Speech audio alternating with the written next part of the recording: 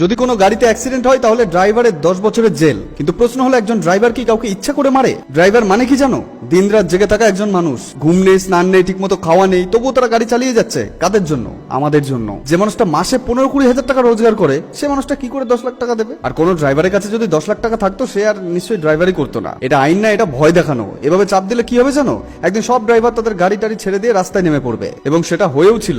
রাস্তা ফাঁকা হয়ে যাবে, বাজারও ফাঁকা হয়ে যাবে, সবজি আসবে না, দুধ আসবে না, অ্যাম্বুলেন্স চলবে না, বাস ট্রাক চলবে না, স্কুল বন্ধ, অফিস বন্ধ, পুরো দেশটাই থেমে যাবে। এই দেশটার চাকায় ঘোড়ায় ড্রাইভাররা, তারা অপরাধী নয়, তারা আমাদের জীবন চালায়। হ্যাঁ, এর একটা আইন অবশ্যই থাকা উচিত, কিন্তু আইনটা এমন হওয়া উচিত না যে গরিব মানুষের ঘাড় ভেঙে যায়। দুর্ঘটনা আর অপরাধ এক জিনিস না। হ্যাঁ, ইচ্ছা করে করলে শাস্তি হোক, কিন্তু একটা ভুলের জন্য জীবন শেষ করে দেওয়াটা অন্যায়। বিএনএস এর 106 ধারায় বলা হয়েছিল 10 বছরের জেল এবং 7 লাখ টাকা ফাইন হতে পারে। তারপরে এই নিয়মের প্রতিবাদে সারা দেশের ট্রাক ও বাস চালকেরা ধর্মঘট করেন। 10 বছরের জেল আর 7 লাখ টাকার ভয় আপাতত নেই, কারণ সরকার এই আইনটিকে হোল্ডে রেখেছেন। শেষে একটা কথাই বলবো, ড্রাইভাররা অপরাধী নয়, তারা এই দেশের চাকা।